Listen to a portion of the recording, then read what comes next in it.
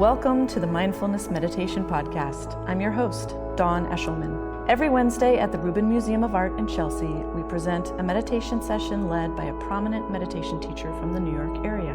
This podcast is a recording of our weekly practice. If you would like to join us in person, please visit our website at rubinmuseum.org/meditation. We are proud to be partnering with Sharon Salzberg and teachers from the New York Insight Meditation Center. The series is supported in part by the Hemera Foundation. In the description for each episode, you will find information about the theme for that week's session, including an image of a related artwork chosen from the Rubin Museum's permanent collection. And now, please enjoy your practice. Good afternoon, everybody. There's a nice buzz in the room today. Is it still sunny and beautiful outside? Great.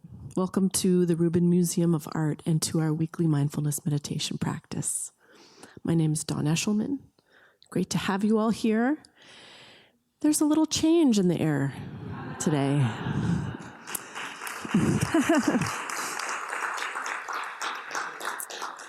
We are, in fact, talking about change this month. And we're bringing this theme to you in relationship to this topic of the future. All year long, we've been examining our relationship to the future.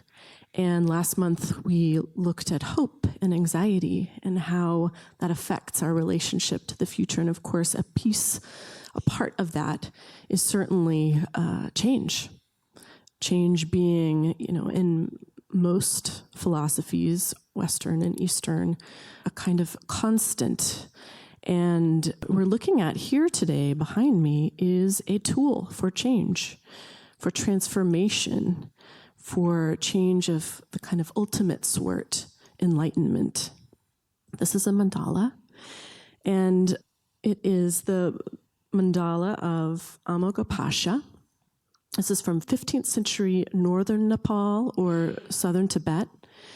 And this is a beautifully detailed tanka. And I encourage those of you who are able to join Jeremy on the free gallery tour afterwards so you can really get a look at a lot of the detail. We've tried to show you a bit of it here in detail as you've been entering.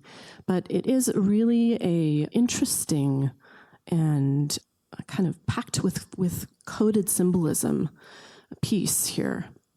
And at the center is, in fact, not Amoghapasha, but is Avalokiteshvara, so Bodhisattva of compassion, who really dedicated, his entire practice to the enlightenment of others, helping others become enlightened, postponing his own Buddhahood in order to do so. And in the most kind of general terms, a mandala can be utilized by a practitioner who might sit in front of it in meditation, who would, in fact, work their way through each kind of concentric circle of the mandala to the very, very center. And in some cases, this represents kind of a life path or a journey. And in fact, you can see there are a multitude of layers and gates that one would enter through in order to reach the center. And upon reaching the center, the practitioner would then try to embody the qualities of that being in the center, the deity. So I'll just posit to you, if you were to create a mandala that kind of represented your life, what would be at the center? What would you put? In this case, we have unfailing compassion. Unfailing compassion at the center. And it is through this process of aligning with those qualities of the deity that the practitioner would really realize their own power and the kind of the infinite nature of that power. So with change, we think about all of these qualities and our own responsibility as well. So delighted to have Tracy Cochran back here with us. She is a writer and the editorial director of the quarterly magazine Parabola, which you can find upstairs in the shop. Beautiful edition right now on hope, which is nice and timely. And also parabola.org. And in addition to the Rubin, she teaches at New York Insight, and every Sunday at Hudson River Sangha in Tarrytown. You can find her writings and teaching schedule online at tracycochran.org. Please welcome her back, Tracy Cochran.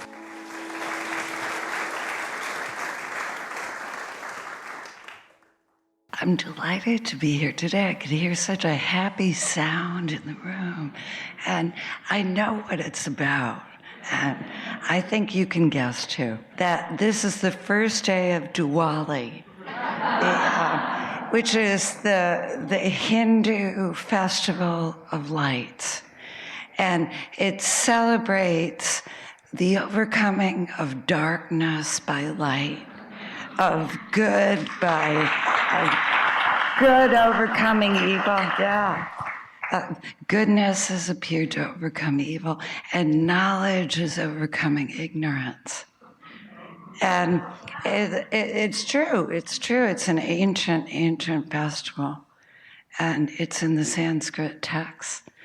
And it's not unrelated to the mandala in impermanence, because it celebrates the fact that when things are darkest, lights can appear.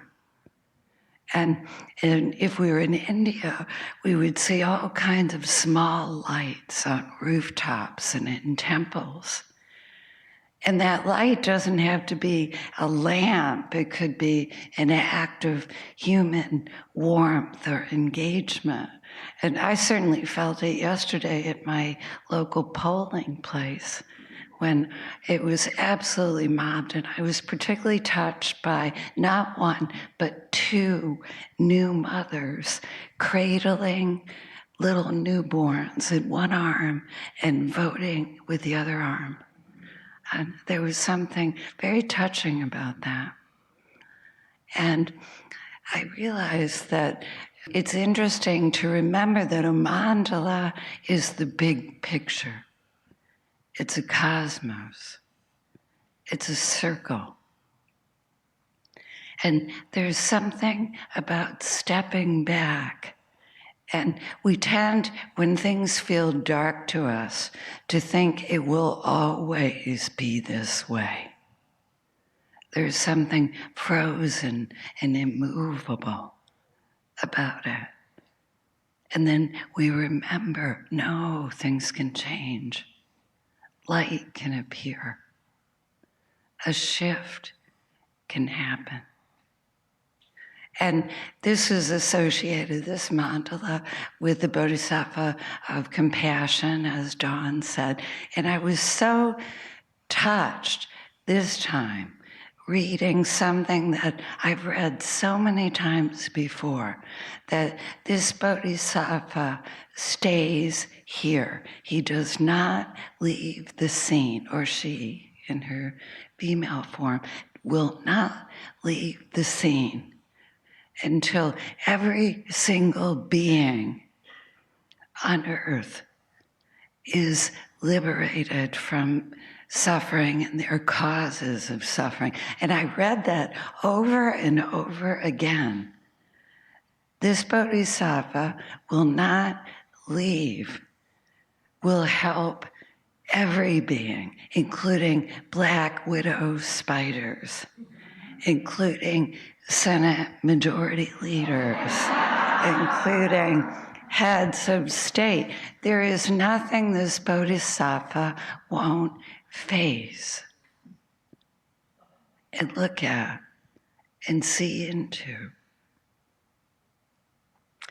And of course, last week was Halloween, which isn't unrelated to Diwali, because in ancient Celtic times, they saw this as a thin time, a time when spirits, including spirits that are very fearful and very terrifying and very hate-fueled, can pass into this world.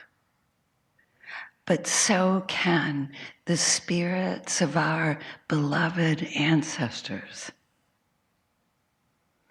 So in ancient Scotland, people would put on masks and ghostly outfits to scare away, to stand up to the fearful spirits. Have you ever found yourself acting fierce to ward off something that scared you? And they would also invite home the spirits of their beloved ancestors. And they would do something that I might have mentioned here before, but it's so worth mentioning. In some places, they would light a great big bonfire, and they would put out the lights in their own houses. And imagine how that must have looked in a world lit only by fire. And they would relight their own fires from a common fire. And they would go home and light it and invite the spirit of their benevolent and beloved ancestors home. And I was so taken by this because I thought, this is exactly what we can be doing now. And mind you, when Dawn invited me to lead today, I didn't know what the news would be this morning.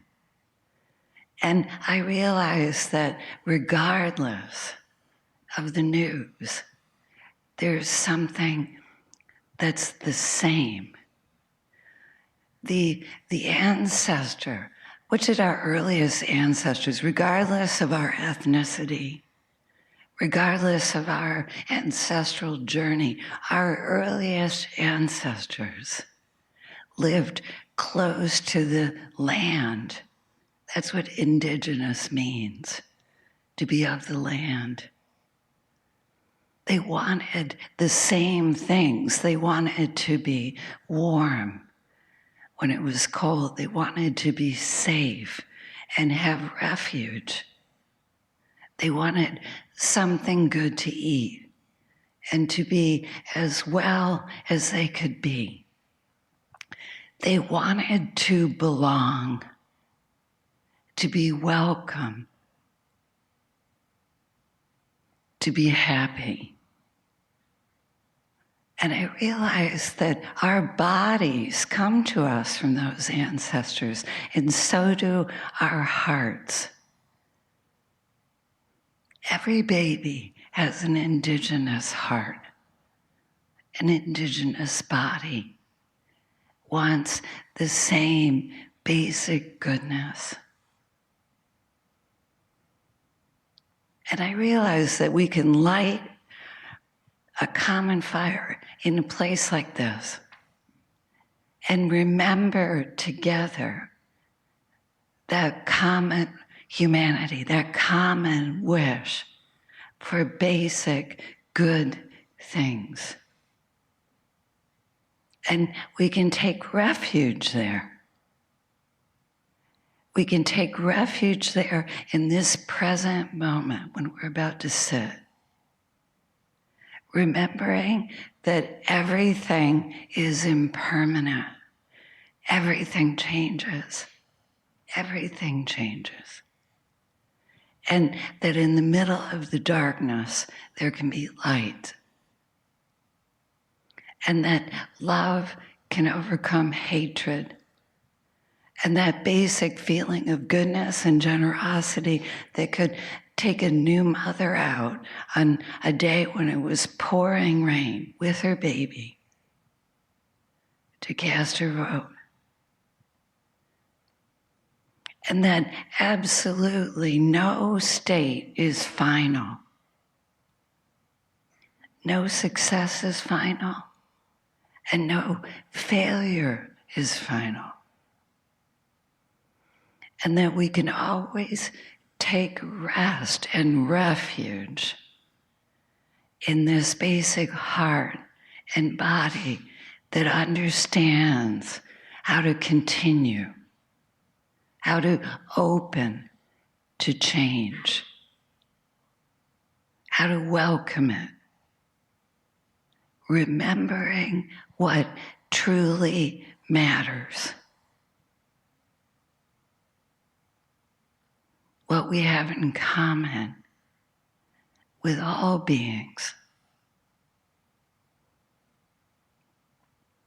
So I'll leave it there and we can sit together. Taking a comfortable seat, really take your time. Granting this body welcome. Allowing yourself to remember that this body came to you from your distant ancestors. Ancestors who came through all kinds of turmoil, warfare, displacements, hardships, and survived. Allowing yourself to just sit up as straight as you can and plant your feet and sense how it feels to be in this body right now, with no judgments or expectations about how you should feel. Just welcome it.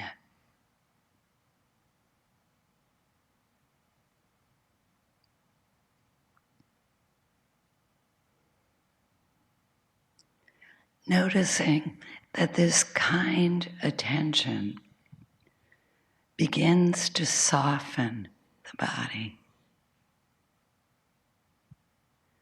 We begin to relax.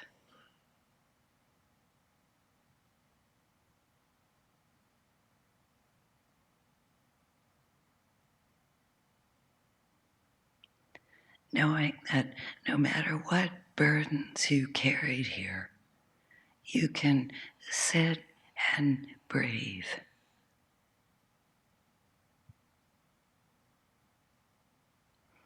And be acceptable exactly as you are.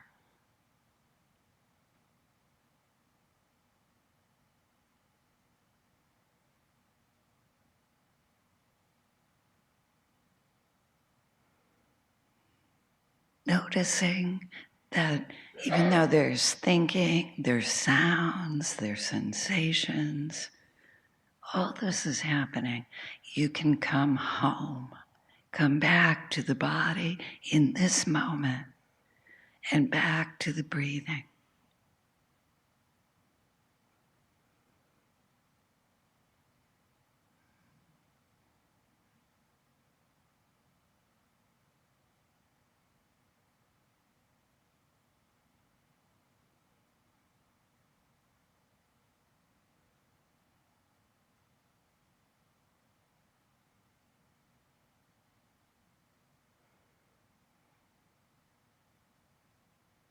And when you get taken by your thinking or your feeling or your picturing things, you can notice this with no judgment and gently come home again.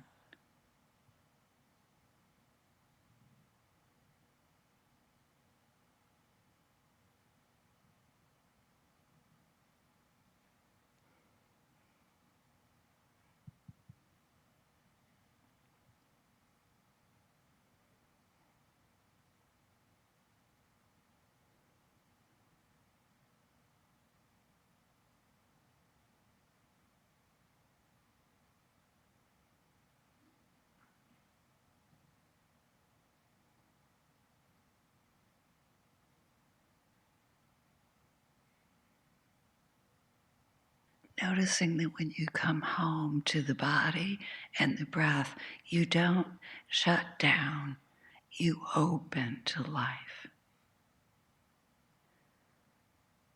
Sati, the word for mindfulness, means to remember. You begin to remember that you belong to life.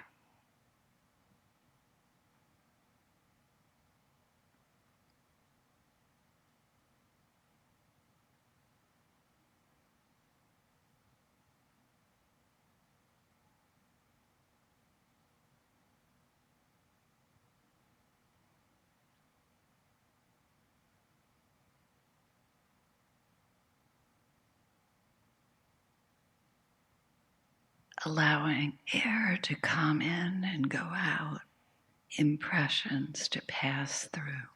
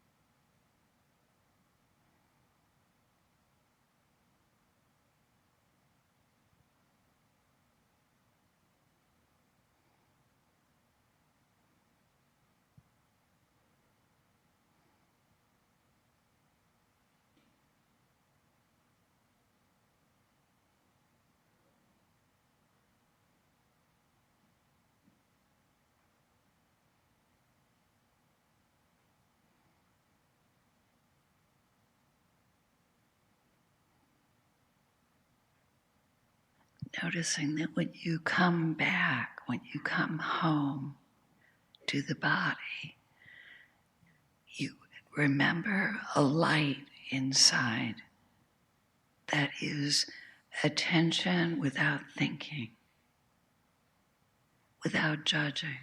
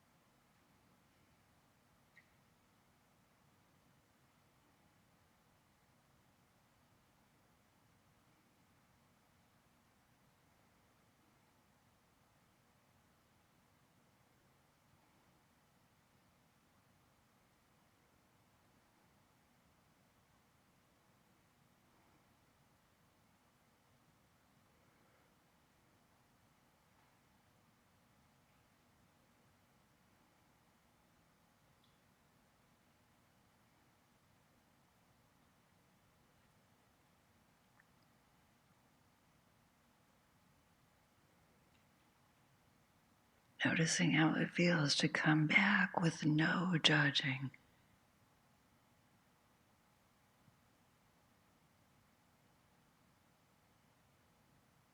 We begin to feel accompanied by attention, by compassion.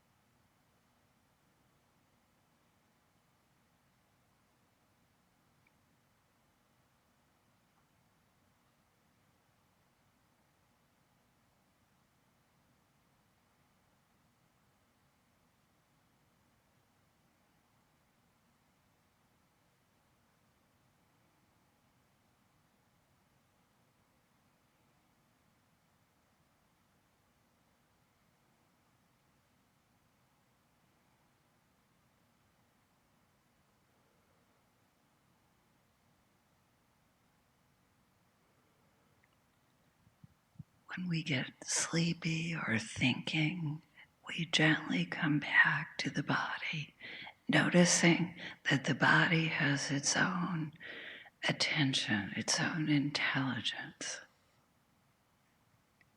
It responds without thinking.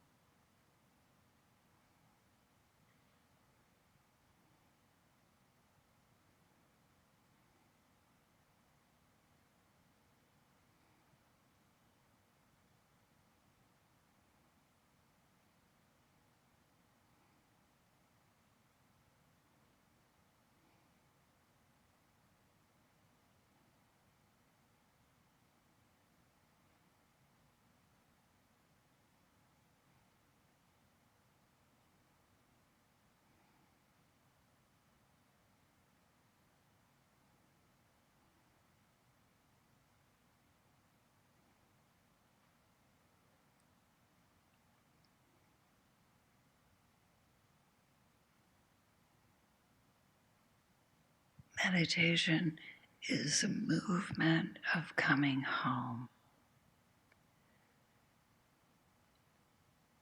opening to life, to the depth of our own lives.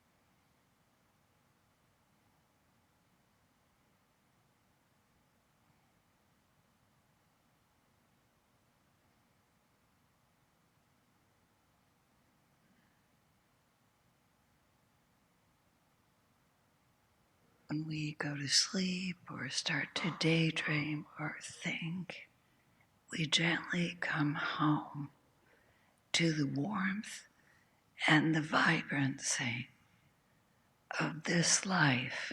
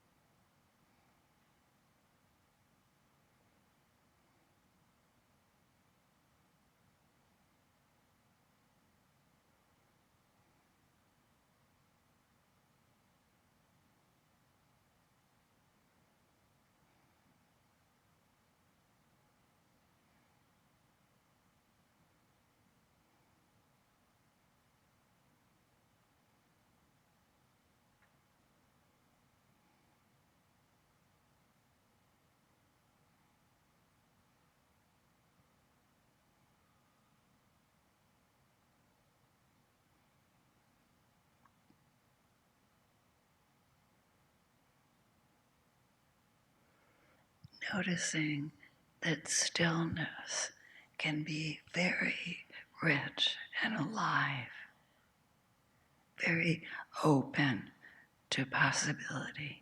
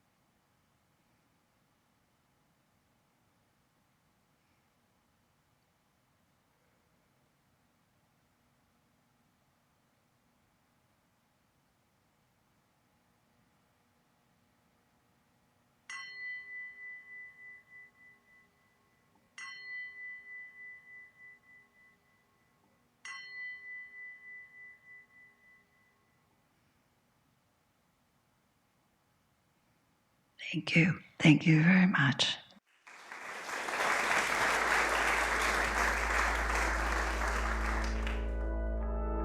That concludes this week's practice. If you'd like to attend in person, please check out our website, rubinmuseum.org/meditation, to learn more. Sessions are free to Rubin Museum members, just one of the many benefits of membership. Thank you for listening. Have a mindful day.